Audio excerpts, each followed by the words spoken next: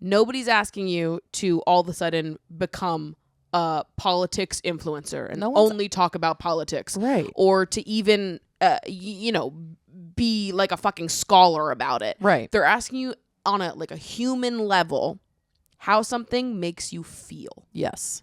You can say that. Anybody can say that. Dude, where are you? Pick up your phone. I'm throwing a summer party tonight, and you're obviously invited, so call me back. Okay, I love you. Bye.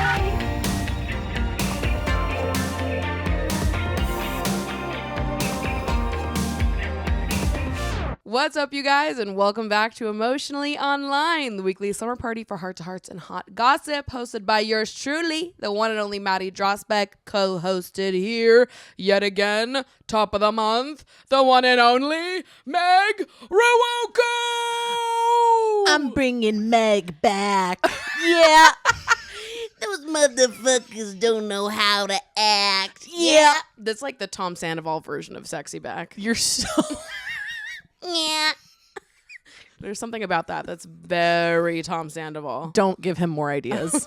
Do not give him ideas to do a cover of Sexy Back. Now. He's adding that into his trivia set as we speak. You're kind of like breaking my brain a little bit here, like linking Tom Sandoval and Justin Timberlake together. Because they are similar. It's going to ruin the tour. This is going to ruin the tour. Tom Sandoval talking about his own performance in City Winery trivia. This is like how Tom Sandoval acted when he actively cheated on someone and caused the collapse of an entire reality TV show. This is going to ruin the tour. It's going to ruin the show. It's literally going to ruin the fucking show. And it's like, we're well, all no looking for shit. the guy who did this. Well, no fucking shit. It's going to ruin the show, you bozo. He's like, I'm unemployed now. I cheated and I'm unemployed. That's actually kind of awesome. It is kind of cool. Like, someone cheats and they are now unemployed because of it. him and Ned Fulmer. Like, how often do you see that happen? It's kind of awesome. Truly, only twice. Him and Ned Fulmer. Oh my God, that crazy guy with his kinky dating profile. Oh my God. Do we think he leaked it himself? I 100% think he did. I love the idea of Ned Fulmer leaking his own dating profile. He 100% Dom did. leaning switch. Ned Fulmer being a Dom leaning switch, by the way, makes no sense to me. It really doesn't. He is submissive at best. He's just like On a good day. I think it's also like it was the description paired with like him holding like a golden doodle, where I was like, don't have like the description Dom leaning switch and then also a photo of you holding a golden doodle in your field profile. Pick a vibe. Literally pick a vibe. God, to fuck a try guy. God, which one would you fuck? I mean, obviously Eugene, but like Eugene's not a part of it anymore. Totally. Right. Out of the two current try guys. Out of the two current try guys. The shorter one. Yeah, and I think I would fuck the taller one. Okay. Yeah. Well, this works out fantastic. Okay, so this is great for us. We each get a try guy. One try guy per woman. No more, no less. Listen, their audience has been asking. We've answered. Can you imagine?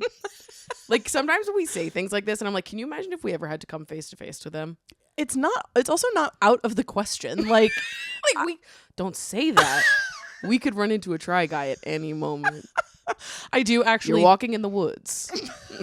There's no one around and your phone is dead. Out of the corner of your eye, you spot him. Ned Fulmer. Not Ned Fulmer. Not the disgraced try guy. Oh my God. Scariest one. So my birthday was last week, hence why you guys did not see me. Because I was celebrating and doing incredible things. I honestly feel like my voice is still like half going in and out because of how much I talked and screamed on Friday night specifically. Yeah, it was a raucous time. It really was. Yeah. We started at Cherry on Top, a little wine to ease us in, and then I bought everyone wigs, and we had a wig night out. It was like perfect. It was so much fun. That was like a true stroke of genius. The wigs. I just think that like we should wear wigs out more often. Yeah, it's like it brings the vibe, or even like it doesn't even necessarily have to be a wig. I think that we could achieve the same thing with boas. You know what? I think you're so right. It's just like having a fun accessory that like sets the night apart and makes it its own thing. Yeah. That's like just a little silly and fun. I think it's so silly and fun. And there's something about it that I think like it brings everybody's vibe up as if we're all like on a bachelorette party. Right. It does. Which is so fun. Yeah. And like it also I think is fun because then it's like a talking point for just like other people. Right. At Other whatever people bar. can talk to you. They're like, what? The amount of people that stopped me that were like, why are you all wearing wigs? Yeah. I got to be like, it's my birthday. Yeah. Amazing. But people were loving our vibe. Yeah. Like I feel like when we got there, that's when really things started popping. Everyone's dancing. Yeah. And even like we had our little circle of people dancing, and the group that was next to us, they were just like surrounding our circle. Like they were not looking at their friends. No. They were all looking at us, Yeah. trying to get into the circle. And we were letting people in. Oh yeah. Come on, come Hey, dance. get Let's in have a here. good time. Yeah, you could tell who wanted a wig so bad. Totally. People were like, you got any extras? Yeah. You sure you don't got one in the back? I wish. People were loving our vibe though. Yeah. Also, great little workout. Oh yeah. You're dancing. You got a wig on. Totally. I don't remember the last time I sweat that much. Yeah, for sure. Also, I was laughing so hard. There's you guys will eventually see this video in my like end of March vlog, but Oh, I'm They- really excited. they played telephone, and I like, you know, Gaga comes on, Right. something unlocks. All bets are off. And so I'm bussing loose to telephone, and first someone hits my glass out of my hand, and Yes. my drink just like spills across the floor and the glass shatters. Doesn't matter. We keep going. Yeah. We move through it. Yeah. And then a little bit later in the song, my shoe gets caught on my skirt and I fall Is that- completely on my back. Is that how you fell? Was Yes. it got your shoe got caught on My your shoe skirt? got caught on my skirt. Oh. And I like slipped and fell. But and I hit the ground so quickly in the video. Like all of a sudden I'm here and then I'm gone. Like there's no break, and everyone looks so concerned because the glass is also on the floor. Yeah. So everyone was like, oh my God, because the glass shattered and then I fell on top of it. I was fine. Yeah, you got right back Everything up. was okay. Well, I like how in the video I like fall and everyone reaches towards me and I just like accept defeat, and I like lay in a full plank on the floor for a second before I got, because I was like, you know what? Let's not pull me up so quickly that it seems like we're trying to cover it up. Right. We all just need to acknowledge what just happened. That I'm on the floor. Which is that I just slipped and fell and now I'm flat on my back on the floor Yeah. of this bar. Okay? So we all just need to sit here for a second. Let's just take that in. Guys, we don't need to pretend it didn't happen. Right. It did. And that's okay. And that's okay. And sometimes that happens when Lady Gaga is playing. I think that's actually the marker of a fabulous birthday. There's nothing else that could have happened. Well, to be honest with you, for a second in my brain, I was like, should I be embarrassed of this? And the only thing that stopped me from being embarrassed was the fact that it was recorded. Because in my head, I was like, there was purpose. Yeah. Which I feel like a lot of people would have the opposite reaction. They're like, I'm more embarrassed because it was recorded and everyone's going to be able to rewatch this. But to me, I was like, if I fell and it wasn't recorded, I would have been like, I embarrassed myself for nothing. Right. Versus I fall and it's on video. It's like, I embarrassed myself and it was for the performance. It was for the entertainment of it all. Totally. You're a star. I'm giving the people something to watch. There has to be drama. And you know what? I'm okay with that. yeah. So I decided quickly afterwards that I was okay with the fact that I fell. Yeah. It was honestly, I think, again, like you accepting defeat was very funny and also like really endearing. And I think like actually a brilliant idea for if and ever we fall again. Yeah, You just have to take a Lay moment there to for be a like, second. Guys, it happened. it happened. Let's talk about it. I'm on the floor and look at me. Do not lift me back up too Yep. quickly. Okay. We all just need to realize what's happened. Acknowledge that I'm on the floor. Right. And then I'll stand back up. Right, exactly. It was so much fun though. When the DJ was playing the most ridiculous songs, they were all my favorites. Yeah, they were kind of like all perfect. He started playing Fire Burnin' by Sean Kingston and I was like, no fucking way. Yeah. What DJ plays Fire Burnin' by Sean Kingston? Yeah. That's the type of song that I would recommend and the DJ would roll his eyes at me and be like, are you fucking kidding me? Right. I'm not playing Fire Burnin' by Sean Kingston. And it all ate. He played She-Wolf entirely in Spanish. Totally played She-Wolf, played Dynamite by Tayo Cruz. Oh my God. Played Like a G6. Yes. I was like, he's playing all my songs. It was hit after hit after hit. I was loving him. Yeah. And that he was just an amazing. accident. I didn't even know there was going to be a DJ there. You didn't know? No, I just love that bar. Oh, I just assumed that you were like, oh yeah, there's going to be a DJ and dancing. I had no idea. Whoa. Oh my Yeah. God. Kismet. Yeah, it was a happy little accident. It was awesome. We had a great time, and the next morning I woke up hungover as all hell. Yeah. But it was all worth it. Yep. I woke up. I got in a little Uber to go to the airport to fly to Chicago. I wasn't even really like hungover. I just like felt bad. Yeah. You know, when like you don't even really have a headache, your body just kind of feels bad, Mm-hmm. and you're like, oh my God, this is like I'm not Totally. operating at 100% here. But there was for sure a moment in the Uber where I was like, I might throw up. Yeah. I think it was maybe more a lack of sleep than anything, because we went to bed at 5 a.m. and then we woke up at 10 because we had to go to the spa. Oh yeah, you did not have enough recoup time. So we literally had like maybe 5 hours of sleep, Yeah. and it wasn't good sleep. No. So Saturday was a disaster, but it was a great little birthday weekend that I had. Mm-hmm. And I spent my actual birthday at the spa, and Ashley, all my friends from Massachusetts came down rather, and geography. Hold on a minute. Queen. They came down for the weekend, and Ashley was like, "What were you reflecting on when you were at the spa on your birthday?" Asking me all these questions about what was on my mind, and I was like, to be honest with you, I didn't have a single fucking thought when I was at the spa. I was sitting at the spa just like head empty, just like looking into the distance. I don't think I thought anything that That's whole day. so awesome. And then I was like, well, you know what? The one thing I did think about was when I was in the little, hot tub outside looking into the distance, I was thinking about how actually stupid and not cool I think the glambot is, and how I think we should just get rid of it. I think that every single glambot I've ever seen looks weird. The glambot, like at the Oscars? Yeah. Sure. Also, why is there only one? How come it's just this one guy? Has nobody duped him? Why is it this one guy who owns the fucking glambot? We don't have more than one? What are we doing? I guess, like, yeah, did he build the glambot himself? But at this point, Is it his glambot? It's his glambot. But I'm like, it's been around for years. How come he doesn't have competitors? Also, at what point does he just get most, if not all, the celebrities? Do they have to do the glambot every time? I think it's just like some of them do it on Right. the carpet every time. But I straight up, I don't think it looks good. Would you do the glambot? No.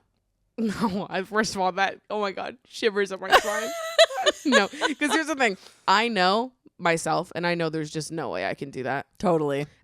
Imagining putting a video of me in slow motion unnecessarily, don't ever do that to me. Right. Keep me in fast mo or normal mo. Never slow mo. Okay? I don't need to be in slow mo. What is it about slow motion, do you think? Because I just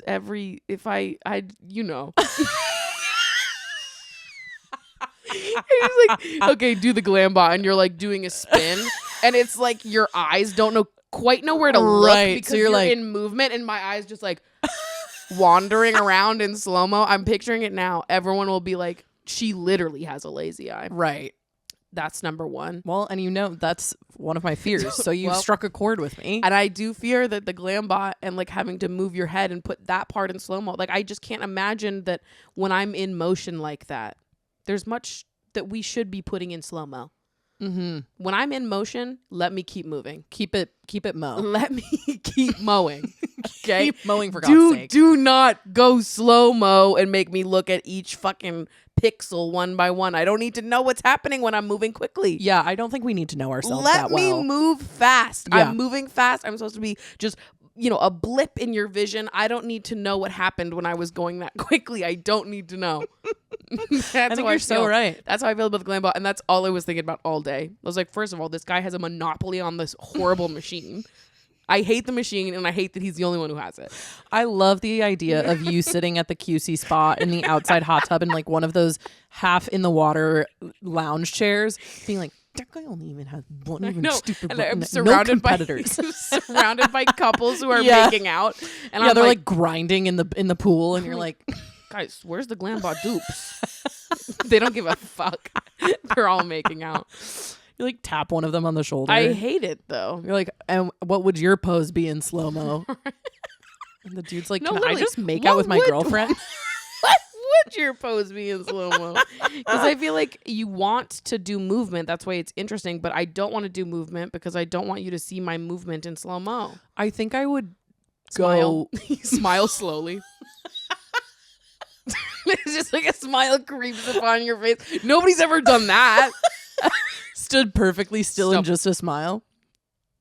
Also, what is that? Why you've never smiled like that before in your life? Why are you start so small? Because I'm imagining it in slow-mo. You're starting so small. That's my slow-mo smile. But then it also doesn't turn into your regular smile. You've never smiled like that before. What? It doesn't end where you smile. You look like the Grinch. He would love me. The thing is that like if I ever do He would love me. After all that, you believe that the glambot guy would love you? he would love me because he would have never seen it happen like that before. Right. And then I would end up on one of those worst glambot ever lists. And I'd agree. And I would agree. And you can reference this clip if I'm ever forced at gunpoint to do a glambot. Well, maybe you go silly with it so that it is intentionally goofy. Even worse. Imagining me being like, in the glambot? I can't. It's a humiliation machine. There's no- Why is anybody glambotting? Why do we get it out of there? You guys are torturing them. There's no winning with the glambot, unfortunately. He's created something deeply sinister and we're not talking about it enough. What is that short story by like Shirley Jackson that's called like The Lottery or whatever, and everyone talks about it and they're like, it's so exciting to win the lottery, and nobody really knows what it is, and then you go and you get like stoned to death. Right. That's like what the glambot is. Exactly what the glambot is. Shirley Jackson was writing about the glambot. Yeah. No, the glambots, I guess it's my benched. Okay. Benched. Benched. The glambot. Perhaps fully ejected from the game. Totally ejected. I stomped on the SD card. Not a chance to return. The disc is broken. We're taking hammers to the glambot. And you can't buy it again at GameStop. Yeah. It's gone. They don't make it anymore. One of one. There's only one glambot. I guess I didn't think about the fact that the guy who owns the glambot and does glambot built the glambot. I guess so. Did he? That's what I heard. Okay. I could have been delivered false information, but that's what I've been told. Rumor on the street. Because he was in that scandal recently with the emails. Maddie, why do you know This is awesome. so This is awesome. much lore about the glambot guy? This is so funny. The idea of referencing the glambot guy's emails to someone without doing anything further and them not knowing what I'm talking about and being like, yeah, he was in that scandal with his emails. The glambot guy. And you know what? I actually don't even think I want to know. I'm not even going to tell you. Don't tell me. He was in an email scandal. Okay. Which I think would sign off on the fact that the glambot is his. Okay. Because of this scandal. Totally. That he was in with his emails. Totally. God, I love when I'm talking to someone who doesn't know what I'm talking about. And that's me. That's me. I want to say 1 out of every 5 topics that you bring up to me. That's how I felt about 6-7 until you explained it to me. Totally. And I get that. Yeah. We shouldn't know that. No, we shouldn't. That's not information we need to have, I think. That's okay. Well, I guess Godspeed to the glambot guy because Maddie is coming after you. Fast. In fast mo. Stop. It's not your regular smile.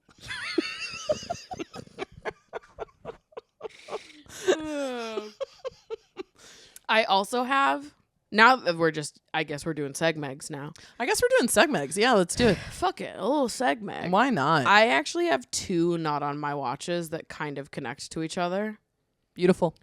The first one, Yeah. and I won't name names, Oh.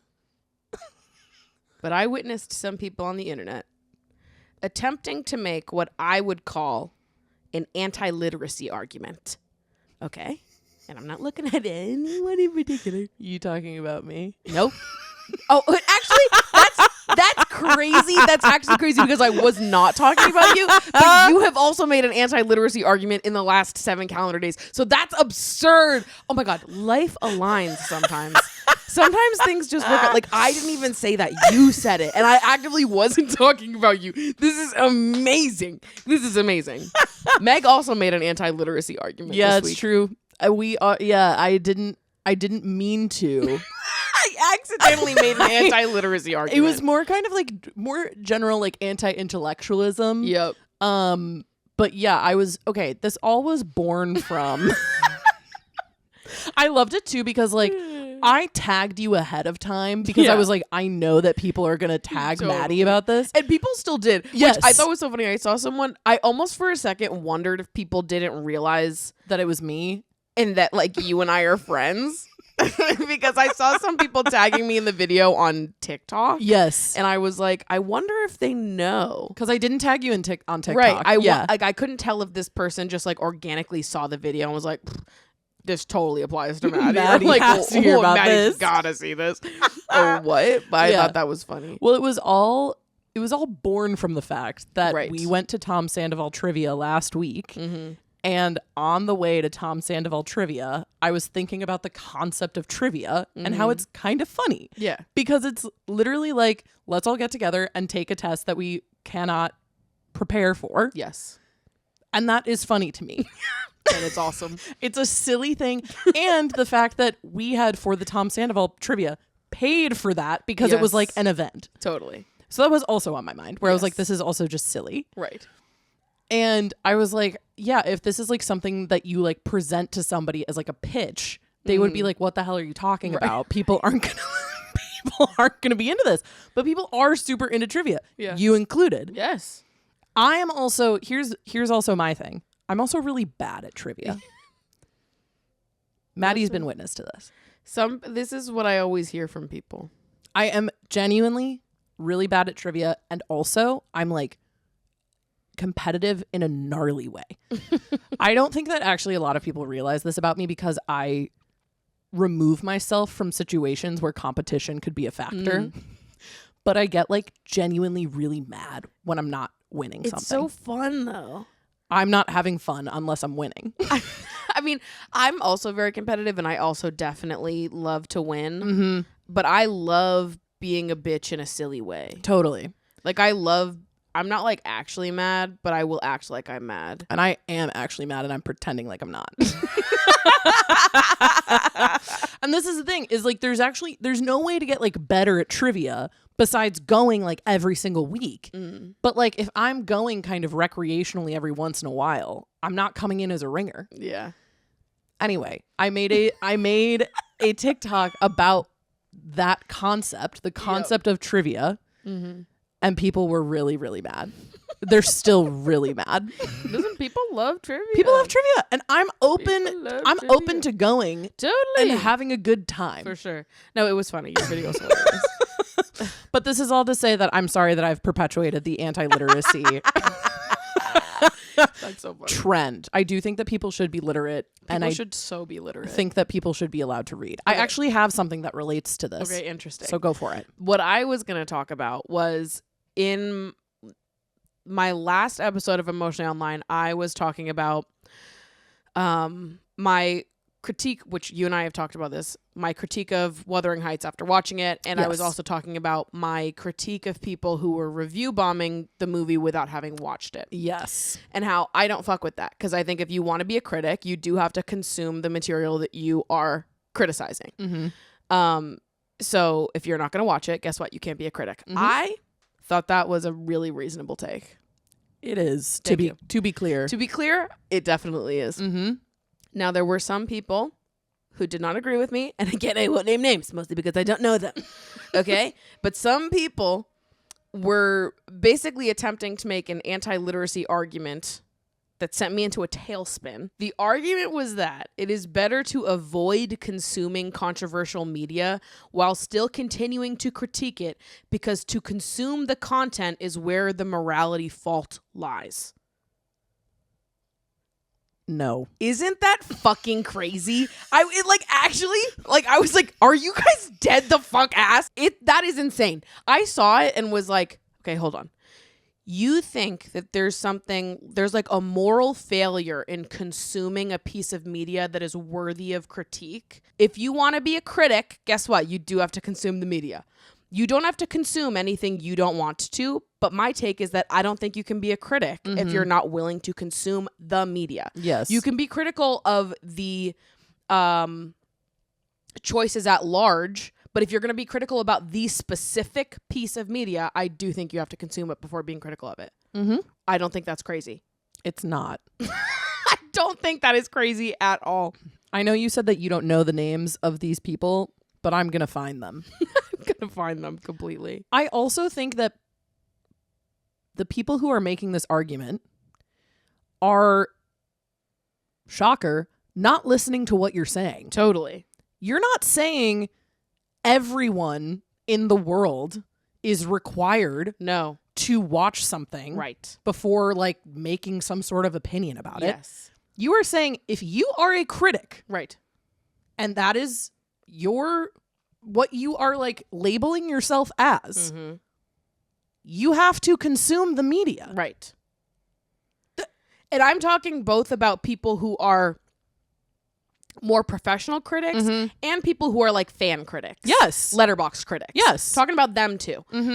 Because I just don't I don't think that it is as much of a slay as these people would like to think it is to suggest that people should feel morally bad about wanting to have all the information possible before critiquing something. Like to say that because a piece of media is controversial in some way, you are morally failing for consuming it. What is this like fucking purity culture shit? Like actually, I cannot stand these people. It's like they go so far down this path where they're trying to out-woke you that they're making an anti-literacy argument and they don't even realize it. Yes. And I'm like, you guys need to stop everything that you're doing. You are so fucking annoying. They have like completely horseshoed into like right-wing propaganda. Right. I'm like, do you guys see what you're doing? Yeah. You are suggesting that by consuming the media before critiquing it, someone has chosen to do something immoral. Right.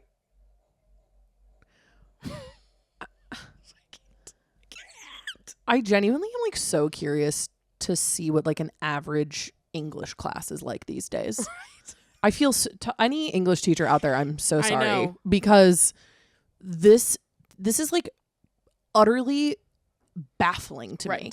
It is and is wholly antithetical to like everything that we learned about consuming any type of art as young people. Right.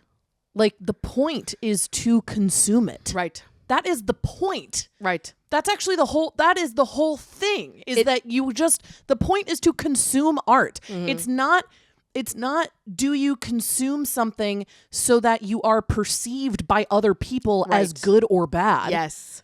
It is to consume, period. It makes me so mad. It's also like, what is this weird fucking like roundabout thing that people are doing where they're like, I'm only consuming so that other people think I'm a good person? Right. What the fuck are you guys even doing? What is that? Never have I ever watched a movie and been like, I'm so excited to see what people think about me now that I've seen this. Right. What? Right. I don't understand. And it's like also you're allowed to decide you're not interested in going to watch a movie. Yes. Again, that's fine. Right. But if you're deciding that you are not interested in watching a movie, you can't be a critic. Right. Like if you want to do an entire fucking think piece on why something is bad, I'm sorry, you have to consume it. You have to. That is not a crazy take. I like actually feel like I'm losing my mind. I'm like, this is absurd. This is absurd. And like, I understand thinking about like movies like The Brutalist, which was nominated for an Oscar last year. And it came out sort of after the fact, after people had already seen it and given it rave reviews, that they had used AI to enhance some elements of the movie, the like accent of the lead actor being for certain phrases and words being some of it.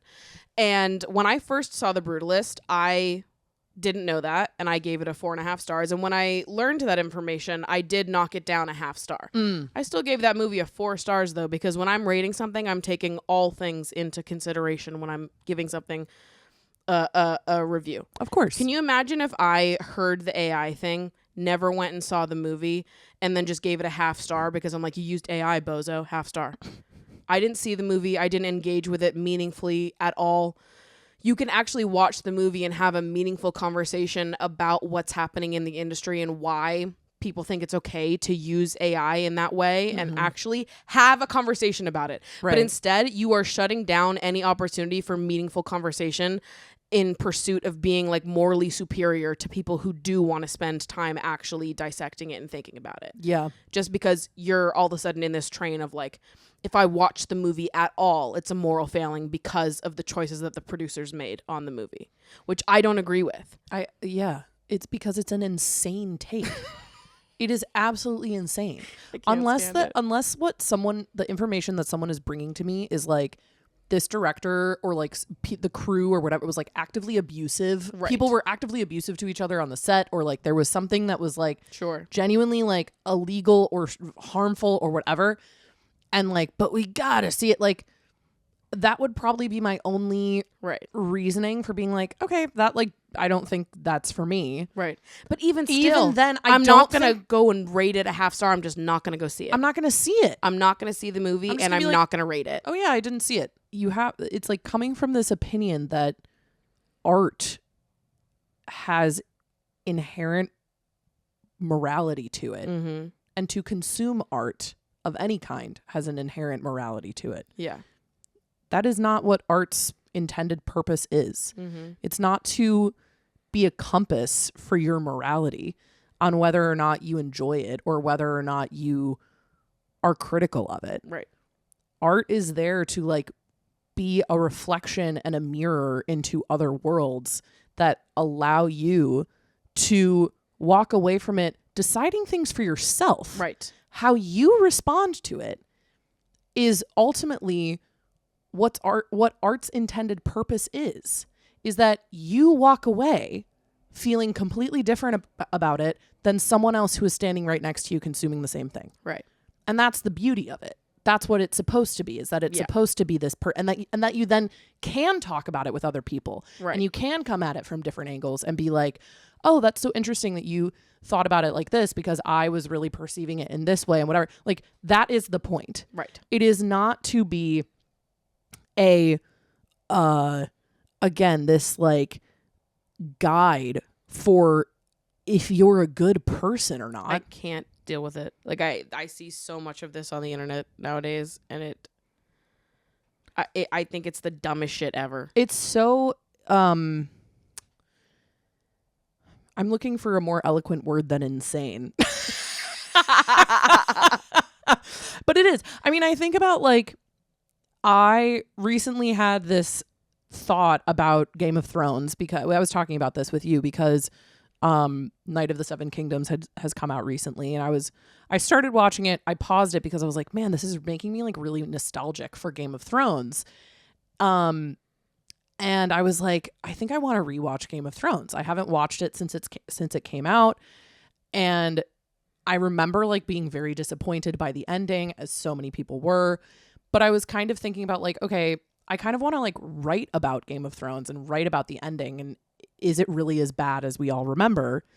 And I was like, well, I should probably rewatch the entire thing before I write anything about it. Mm-hmm. Because the thought of writing even a Substack article for like my 300 subscribers, love you all, like even the thought of that felt like I wasn't doing my job. Right. And I'll see things from like, what was it? That Variety article that came out recently where it was Oscar judges and it's like quotes from anonymous Oscar judges. And there's so many quotes of Oscar judges being like, I didn't watch that. Yep. actually makes my blood fucking boil. Me too. Jordan and I always joke that we've probably seen more Oscar nominees than half of the people that actually get to vote on who wins. Yes. You guys are like actually dedicated to Right. it. We're Like, trying our hardest, and this is even our job to watch Right. all the fucking movies. We just want to. right. These are people who have like millions and millions of dollars, and they're like, I didn't watch that. Yeah. Yeah, sorry, I didn't get around to it. I didn't like that. I didn't like it. I can't deal with it. It's insane. And again, it really feels like this kind of new wave religious purity culture. Yeah. Where it's like, oh, you watched Interview with the Vampire? Well, that depicts an abusive relationship. So I am actually not interested in watching that. Yeah. Right. Okay. It's like, so I'm sorry. Also, does this mean that you are only going to consume art that has no conflict, no tension, no drama, or like flawed characters of any kind? I do not consume media that has any flawed characters at all. No one can ever do a bad thing on a TV, because if I watch a bad thing on TV, it means I'm bad. I do bad thing. I do bad thing is I watch other person do bad thing on TV. This is like a collective psychosis that's happening. And even if it is like a grittier debate of like the Brutalist, right, where it's Sure. like the crew, the production of it itself, people took umbrage with, right? That like these people used AI to whatever. Like, look at it with some fucking nuance. Like, have the debate, my God. Right. If you want to engage with it, engage with it. Engage with it. Nobody's telling you what your opinion has to be. We're Right. just saying that if you want to have one, you do have to have the information first. Watch it. Like, I'm sorry, if you do want to be an opinionated person and involved in these conversations, which I think is good, let's have the back and forth and talk about the, if people should be using this in movies or Right. what this choice, that choice. Well, yeah, let's talk about it. Let's debate. Let's get into the nitty gritty of it all. But if you're gonna involve yourself, you do have to know what you're talking about. Yes. It's this weird thing of people wanting to come across as intellectual without doing any of the actual fucking work. Right. It's like you don't get the Girl Scout points for this. It irritates me. Like, it is so frustrating. Now, I have a secondary, not on my watch, that's similar to this and different. It's Okay. kind of, to me, it's the opposite side of the same coin. Okay. There was a clip that was going viral from somebody's podcast this week or last week. And they were attempting to make an argument for why influencers or content creators should not or cannot be expected to know everything about politics, which I think is a dumb argument that people will routinely find themselves in. If you want to be a critic, you have to consume the media. If you want to be an influencer, if you want to be a content creator, if you want to be someone whose perspective and opinion and input that people value, guess what?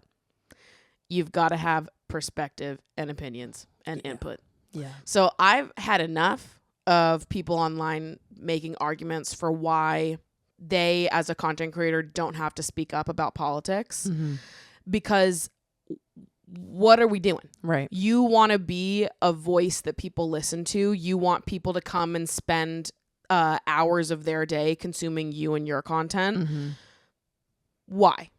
If you're going to be a person that gives perspective, then yes, you are expected to engage with what's happening in the world. Yeah.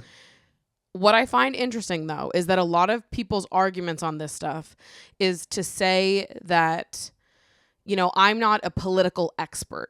I don't know all this stuff. I don't know how to engage with it. Guess what? You vote. Yeah. We all vote. You are able to engage in politics by default. I don't care that you don't have a fucking poli-sci degree. Yeah. Like, you can engage with politics as like a person to person. I am someone who votes in this country and therefore I have an opinion. Yeah. I don't think that most people are looking at the content creators they follow and expecting them to give them the dissection of someone who does have a, political science degree or works in government or, whatever. People who are doing political careers versus someone who is an everyday person who lives in the world and therefore is impacted and has opinions about politics as a result of that. Yeah. Most of the time, people just want to hear your, how it is emotionally impacting you as a human, as a person. People just want to know where you sit on a topic because you are a person the same way that everyone else is, that we're all here, we're all engaging in politics in some way. And people just want to know in what way you are engaging. Not that you need to be a fucking expert, but I've had it with these people on the internet that love to always bring this conversation up and be like, oh, well, why are people expecting me to be an expert? Why are people expecting me to be a thought leader? Nobody is expecting you to be that. They just want you to have a normal person-to-person conversation about this because that's how the rest of us engage with our friends in our day-to-day lives. Right. When I hang out with my friends, is politics all we talk about? No. Are me or any of my friends experts on politics? No. But we still talk about it. Yeah. And we're not expecting anyone to come into the conversation being completely perfect or having all of the information. We're just discussing. Yeah. And I think that is usually all audiences are looking for from their creatives as well. Now, are there some people that are really intense and do want content creators to say everything exactly, perfectly scripted the way they have it in their head? And if someone is, having more of like a learning moment or doesn't have all the information on camera, people do get a little bit more heated than I would suggest that people get. Right. But overall, I don't think it's crazy for people to suggest that if you want to be an influencer, you do have to have perspective. Yeah. I don't get what the deal is with people wanting to have a title, wanting to have a position, and then not wanting to fulfill the required work the position requires. That's my beef of the week, really. That is bang on, sister. So it's like two different sides of it. Well, I think about that, the Devil Wears Prada quote. When Andy is standing in this room and they hold up the belts and they're like, which one should we pick? They're both so different.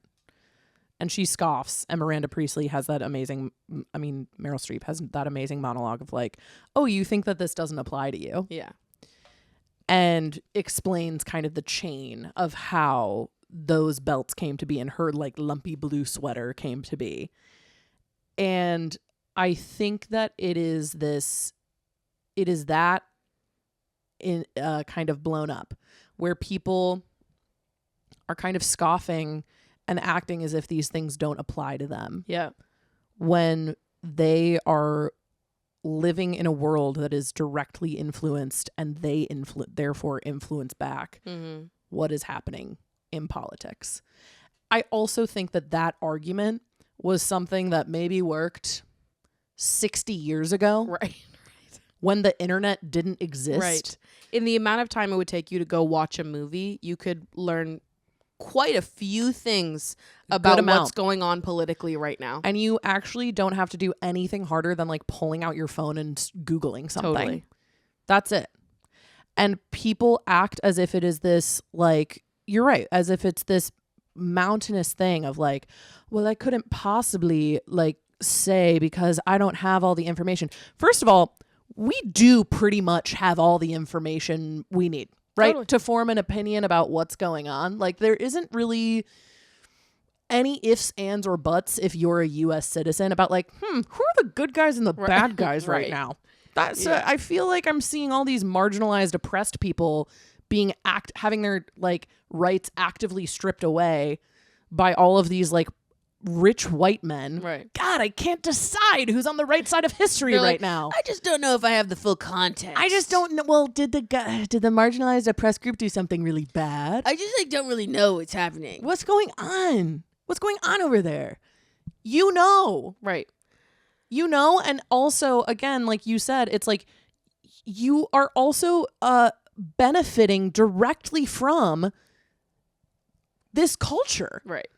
And to say and claim that you aren't going to talk about politics on or have perspective on it on your channel or whatever is in and of itself a political statement. Right. Because it is you saying that you are privileged enough to say nothing. Yeah. And it is also you saying that you are willing to work with and be in dialogue with people and with companies who are, again, actively oppressing marginalized groups. Yeah.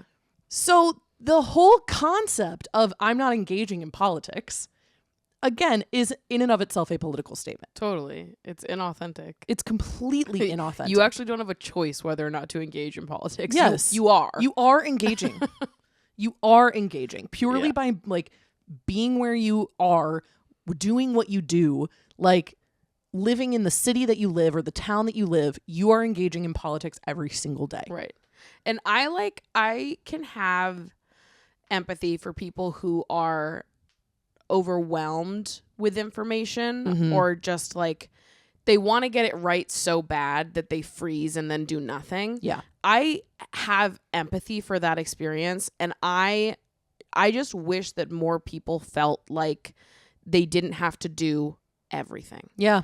Nobody's asking you to all of a sudden become a politics influencer and only talk about politics. Right. Or to even, be like a fucking scholar about it. Right. They're asking you on a human level how something makes you feel. Yes.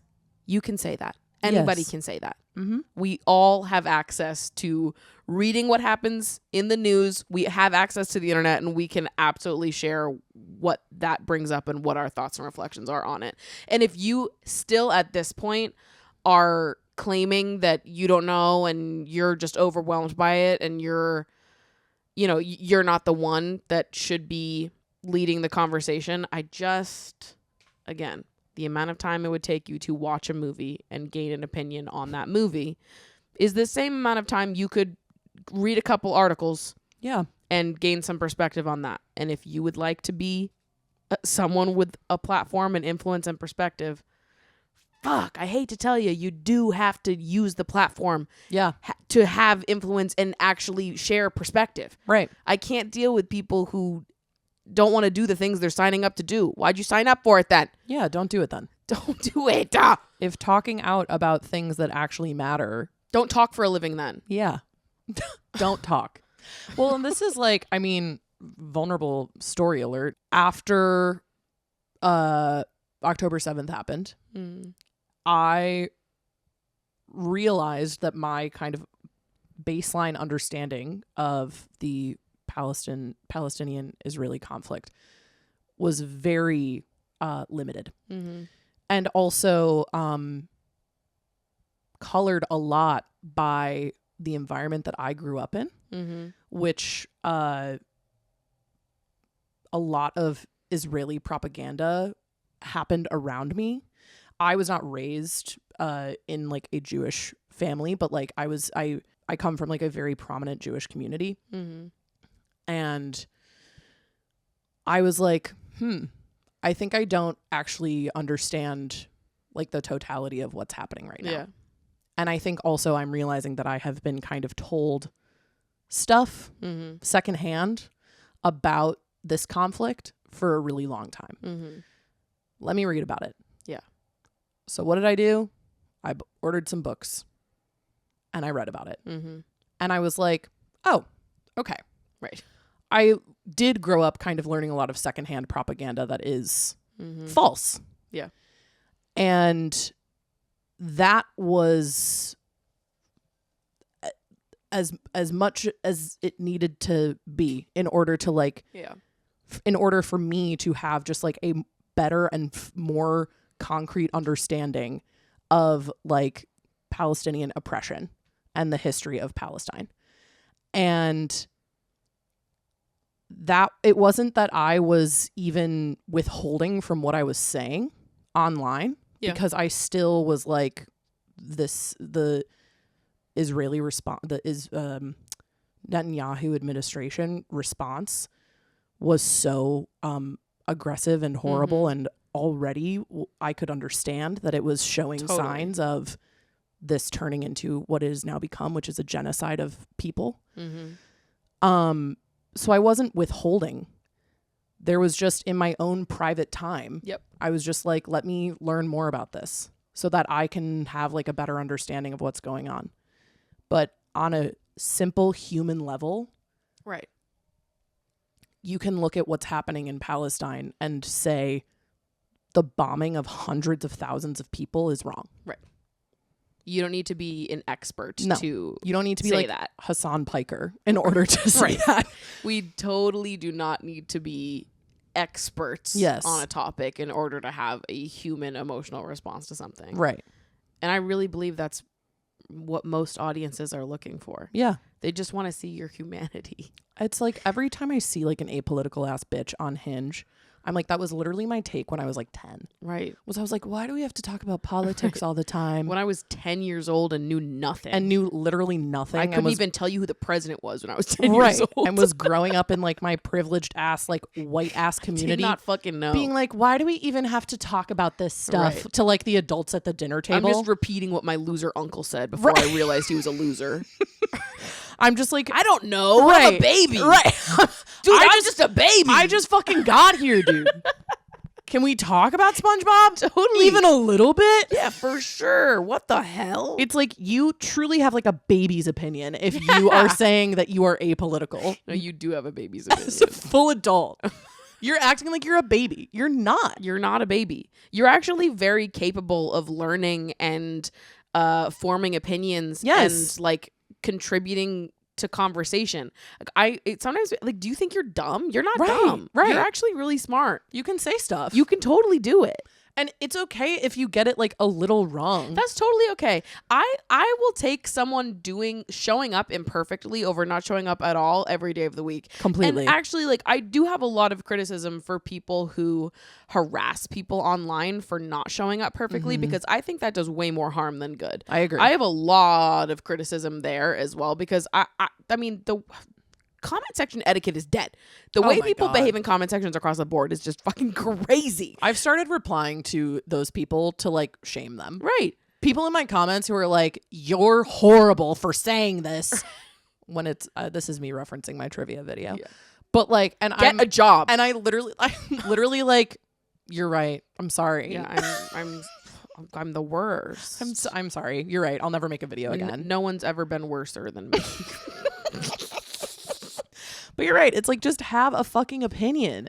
And also start with just how it makes you feel.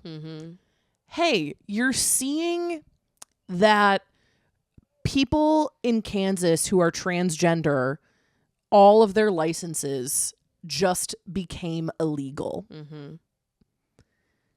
Saying their gender that they are now. How does that make you feel? Does that seem good to you? Do you feel happy about that? Do you feel sad or angry about that?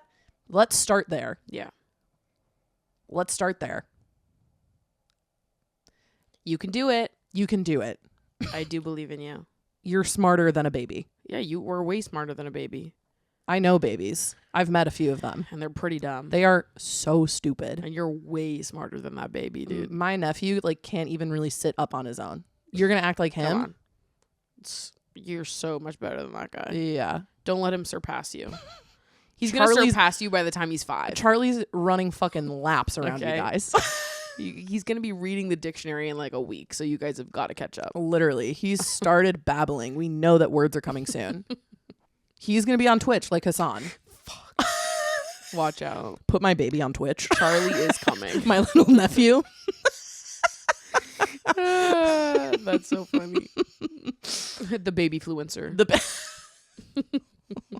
How young can we go? Yeah.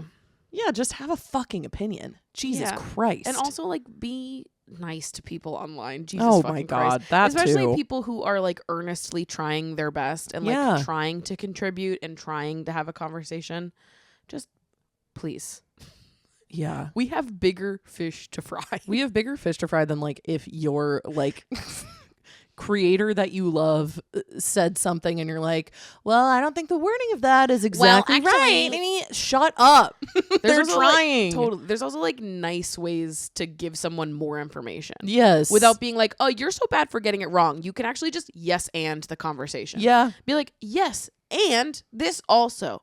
And then they know, and you were nice in the process. Try a little improv on for it was size, so easy. Wasn't it just so simple what just happened? Well, and I think it all kind of circles back to the thing that we were talking about earlier, which is that like I think that people who leave those kinds of comments on the internet are people who are like performing this sort of morality thing. They want to feel superior without doing any of like they're not actually moving the needle in any meaningful way. They just feel a little bit bigger and better than someone else. And it's like if you talk to anyone who's like actually a fucking activist or like even just your neighbor who has lived in the community for like 20 years, they're going to say is like, you just got to try something. Right. They're excited to get people involved and engaged, period. Yeah. They're not looking for people to be fucking experts on day one. Right. I've just had enough. I've had enough of these people online that act crazy all the time. And we're all just like, the internet is like this now. And I'm like, I remember when the internet used to be fun. Bring back a fucking Sitch in Time, dude. Bring back the games. Sure. We don't need to be talking to each other this much. The internet actually used to be somewhere where people could have like genuine conversation without feeling like it was constantly a battleground and like you constantly needed to preemptively predict all the ways that someone could criticize you or all the ways you could say something wrong. Like even I've noticed the ways in which the like pressure to say everything totally correct has impacted me. I talked about this in a YouTube video like 2 years ago at this point. And I feel like over the last 2 years I have come to the conclusion that I would rather say things imperfectly and have a few people yell at me in the comments than be in my head 24/7 trying to preemptively think of all the critiques someone can have for me and say it like, oh, and also this, oh, and also this, oh, and also this. Like, that's not how people talk. Right. And it's actually fucking annoying to have to constantly think of all the various things that people might say beforehand rather than just being like, let's have a normal human conversation where we're both assuming the best of each other. Yeah. Yeah. Crazy that we could do that. Because the thing is too is that even if you do try to like say something as perfectly as you can, there will always be people who are going to be pissed off. I truly think that like the invention of likes and like engagement on the internet is one of the worst things that happened to the internet. Yeah. Because there used to just be like fucking discussion forums and shit like that where you could just log on and be like, well, actually, I thought the new Monsters, Inc. movie was not really holding up to the potential of the first one. You know, it's like you could just say that and then some person would talk back to you and then that would be it. But now it's like everyone is kind of trying to have this like moment in the sun of like, look how viral my comment went on this person's video. Yeah. And it's like, we have to stop. Right. Everyone is trying to like, I'm exhausted. Right. Everyone's trying to like be seen, which I think just like fuels the fire of this desire to be inflammatory online. And also like it's the people like searching for a gotcha moment. Totally. Which that is never going to lead to like meaningful impact or change or conversation. You're trying to like catch someone. Maybe you like some of their content or maybe you used to like them and now you're just becoming sour on them and you're searching for a reason to dislike them. And so you're waiting for them to say something just ever so slightly incorrectly. And then you're going to pounce and be like, gotcha. You sucked. I knew it all along. And it's like you could actually be having a much more productive interaction with people, but instead you're just fucking an asshole. You're an asshole is what it is. Yeah. It's just loser behavior. You are a loser. Spend your time doing something different. Well, and it's just so funny because nobody who is actually fucking plugged in with perspective and gives a fuck about moving the needle forward in any regard behaves that way. Right. Nobody does. Right. You're outing yourself as a loser. Yes. I can't deal with it. I'm like too online. Way too online. Truly get a life. Moral of the story is that anti-literacy bad. out. If you want to do something, unfortunately, you do have to do it. Yep. If you want to be a critic, you have to consume the material. If you want to be an influencer, you have to have perspective. Nobody is like too stupid to engage in something like politics. Mm-hmm.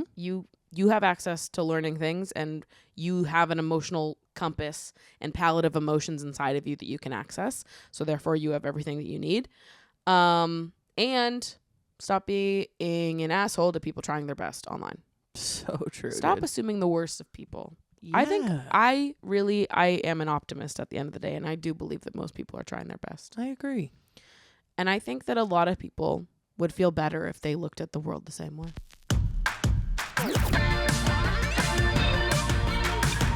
Did you see the jealous friend TikTok? The jealous friend TikTok. I'm searching in my mind palace.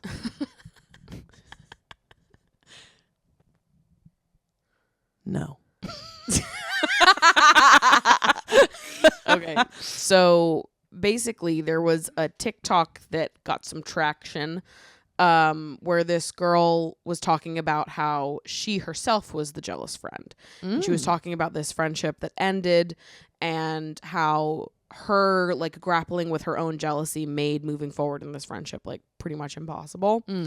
And that she doesn't think that she could have ever gotten past her jealousy for this friend. Wow. And it was interesting to see someone be so like candid Yeah. about it. And she mentioned in the video that her jealousy was made worse by the fact that her friend was someone who was grateful for the things they had in their life, and they were kind and happy, and they weren't like an asshole who was indifferent to the things that they had that this person was jealous of. And it almost like made them more jealous to see that they had the things that they wanted and they were happy to have them. They were grateful to have them. Yeah. And the comments on this video were full of people playing holier than thou, acting like they had never been jealous before in their lives, and basically bullying this girl for how earnest she was. And this first came across my feeds. It was a response video from Horace Gold, who I love. Don't think I know Horace Gold off the top of my head. Check out Horace Gold. Okay. I just love his takes and his response videos. And so one of Horace's videos came up on my feed in response to this. And so I was going down the rabbit hole, seeing all of these other people's responses. And to me, there was like two things at play here, which is that like, number one, people love to pretend that jealousy is not like one of the most normal emotional reactions that anyone can have, and that Yes. everyone, whether they would like to admit it or not, has felt jealousy or will feel jealousy at some point in their lives. Yes. Now, there's a spectrum to it and how intense that jealousy is. And there's also a spectrum in terms of how people choose to process that jealousy and like what actions they choose as a result of feeling jealous. And number two, it seemed like a lot of the people in the comments of this video were projecting their own negative experiences with a jealous friend onto this TikToker. She seems to be very self-aware of her own jealousy and explicitly stated that she never projected it onto her friend. But yeah, I thought this whole conversation around jealousy and whether or not it's normal was like insane. But it's another example of people like playing holier than thou on the internet and pretending that they've never felt a bad feeling ever in their life. Yeah. And if you have felt the bad feeling, then there's something wrong with you. Then you're bad. And you're bad. And you're bad if you've ever been jealous. And I'm good because I've never been jealous before ever. Right. And I'm perfect. And I'm sorry that you're not. It's so boring. Why are people so afraid of experiencing the depth and range of human emotion? It's crazy. Why does that scare you guys? Like, I'm so confused. Also, like, jealousy manifests in so many different ways. Yeah. Yes, you can be someone who's like, jealous in the way that you don't want other people to have the things that you want. But you can also be jealous in the way that you see someone who has something that you also want, and you want just both of you to have it. Yeah. You can see someone achieve something fantastic and feel like they deserve that fantastic thing, and also feel jealous because you think you deserve that fantastic thing. Mm-hmm. Like, I I don't think that jealousy always has to be this like deeply evil and insidious thing. No. And it also, I think, is like, again, like you were saying, this idea that jealousy is some sort of taboo emotion that if you feel it, it automatically like puts you in the bad egg category and you like fall down the chute into the incinerator is ridiculous. Yeah. Like, I experienced jealousy like last night. Yeah. My friends were talking about like the relationships that they're in, and we're talking about, you know, the kind of things that they're thinking about. And it's not even like they were saying like, oh, these relationships are so amazing, I'm so blah, blah. Like, they were bringing things to the table that were serious and things they wanted to discuss and whatever. And I, you know, had a moment of being like, damn, like, I'm jealous of the fact that like these are the problems that they're experiencing. It doesn't mean that I then am some sort of like bad person who's like wishing ill will on my friends. Right. Of course. I'm just like, oh, like that would be nice to have that. You know? I love that you have this good thing and I wish I had this good thing too. Yeah. I think that's like very normal and fine. So aggressively normal. I understand that, like, I think that jealousy can become a really dark thing. It has the ability to become toxic, particularly if people are not self-aware or aren't willing to do the like reflective work that feeling something like jealousy requires. I think like you and I have both witnessed the toxicity of jealousy and probably have both exhibited it at times. Like, I don't know, I'm a fucking person. Like, I'm sure that I have. But like, I think, again, like, to act as though being jealous and feeling jealousy is something that you can even control is foolish to me. I agree. What's that tweet that's like, I've adopted this mentality of assuming that everyone on Twitter is 12 years old. Yeah, I love that. I've started doing this too. I assume that everyone saying insane things is 11. Yeah. Like, the idea that you experiencing jealousy is a moral failing is a 12-year-old's opinion. Right. Are you 12? You might be 12. Maybe you're 12. If you hold this opinion, you might be 12. If you are exhibiting signs of this opinion, you might just be 12 years old. And you may be entitled to some growing up. Call this number. 911. 911. Call this number. I don't know what they'll do for you, but they will do something. They'll do something. They'll pick up. Maybe. Yeah. I mean, someone will be there. Yeah. Give it a call. Kidding. No, don't actually do that. Don't do that. If any 12-year-olds are actually listening. That was a joke. Not that I think this show appeals to 12-year-olds. I hope to God it doesn't. If it does, something might be wrong. If it does, something is very wrong. Yeah. But again, if someone thinks we're serious, they might be 12. You might be 12. You might right, be 12. Exactly. It all goes back to this. It all goes back to this. You might be 12. Yeah. But yeah, I think that, again, people are so, it's like what you were saying before, like this idea that people are so willing to believe the worst in people. Yeah.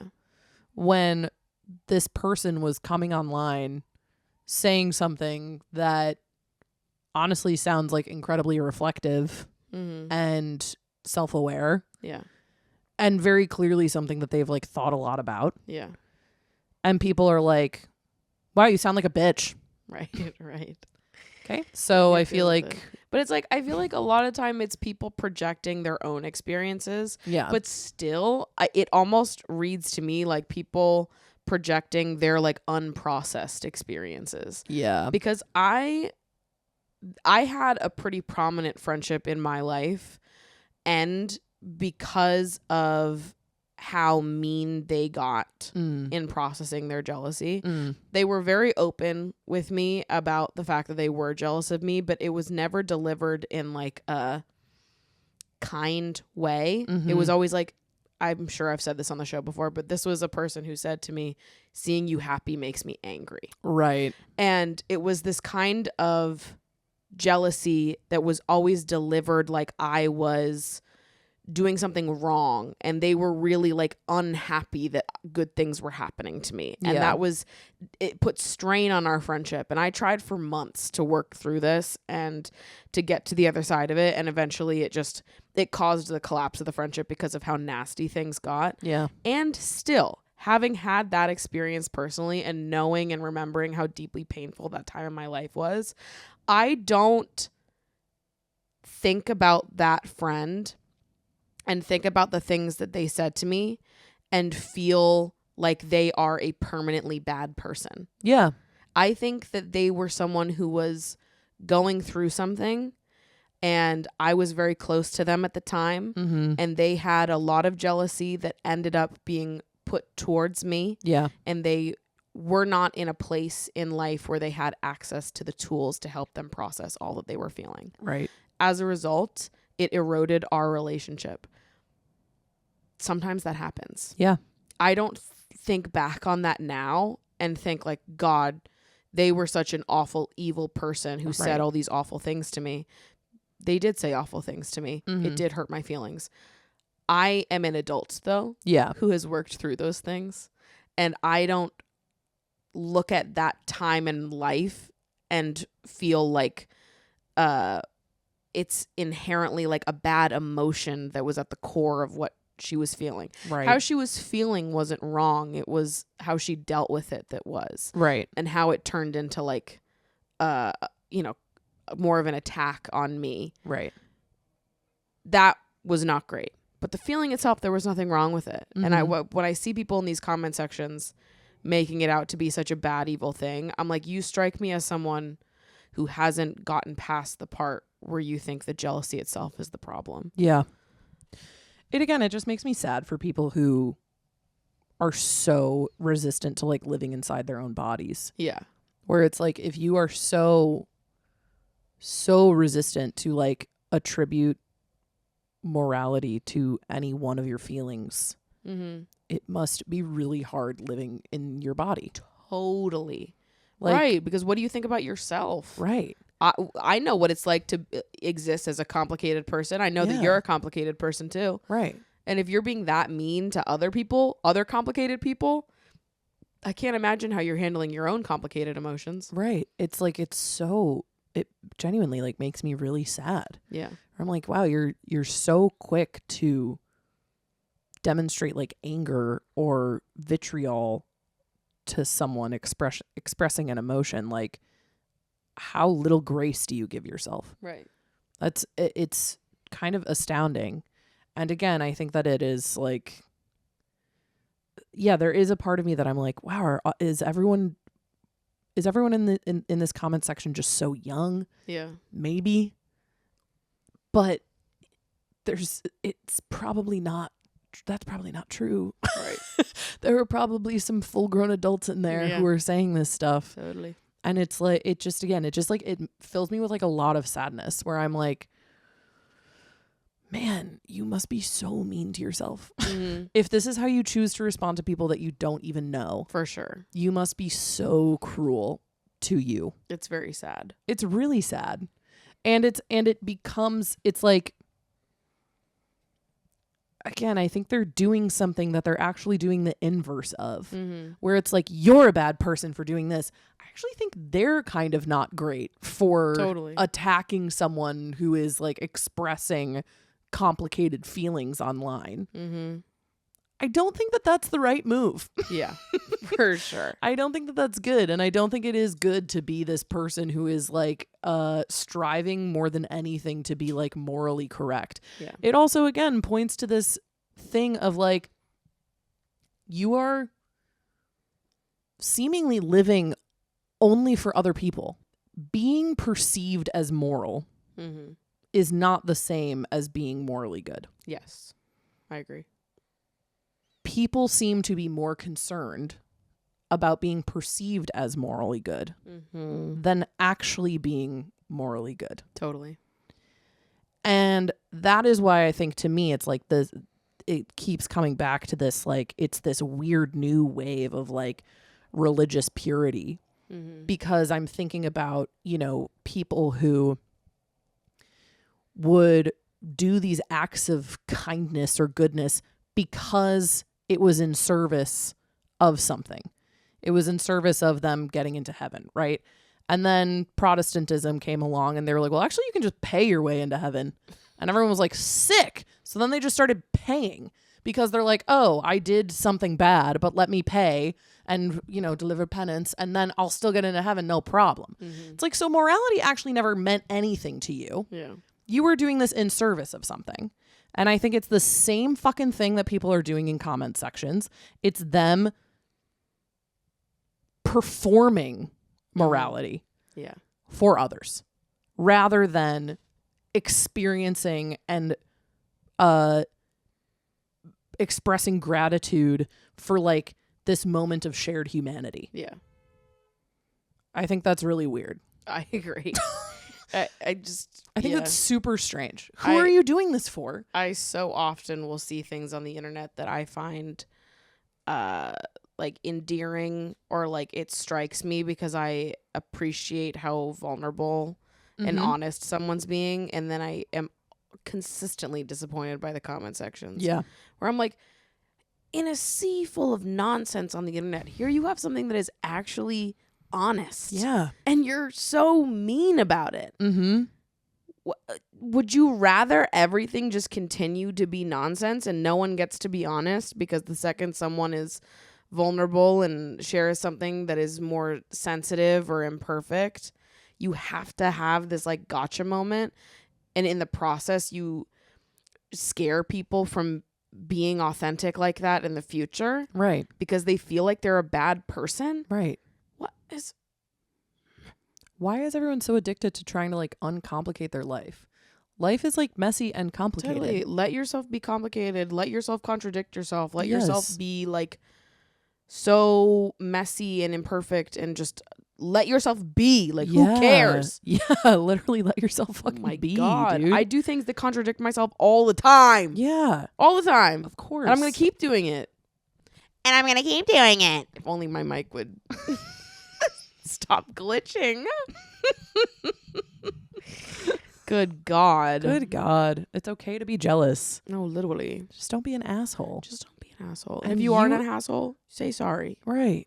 And if you are going into the comments yelling at somebody for like expressing something honest and vulnerable, you are the asshole. Yeah. Unfortunately, it's you, babe. Oh, look in the mirror, girl. And we'll still love you. Yeah. But wake up on a Saturday night. Could be New York, maybe Hollywood and Vine, London, Paris, maybe Tokyo. There's something going on anywhere it goes tonight. Tonight. Yeah, tonight. Just wake up, girl. Wake up. We're going to throw it on over to the post show. Continue these good vibes over there. Mm-hmm. Meg, what would you like to plug? As always, you can follow me on Instagram and TikTok at Megruoko. You can subscribe to my Substack. What are you up to? A Game of Thrones essay might be coming out soon. Come on, I watched the show, so I might be talking about it. And I'm also promoting Grace. Oh. Yeah. Mm-hmm. Something to noodle on. Yeah, think about it. Okay. And of course, please listen to the Pumpcast. Yeah. We just finished season 1 and now it's bingeable. So if you were putting off watching, guess what? You have commentary on the whole first season of Vanderpump Rules, and it's pretty fucking awesome. Yeah, it kind of rocks heavy. Mm-hmm. I like it a lot. So go check that out. Season 2 will be starting very, very soon, and we'd love to have you there. Mm-hmm. Follow Emotionally Online Pod for clips and updates about the show. Follow me at Maddie Drosbeck, and I will see you guys next week. Goodbye.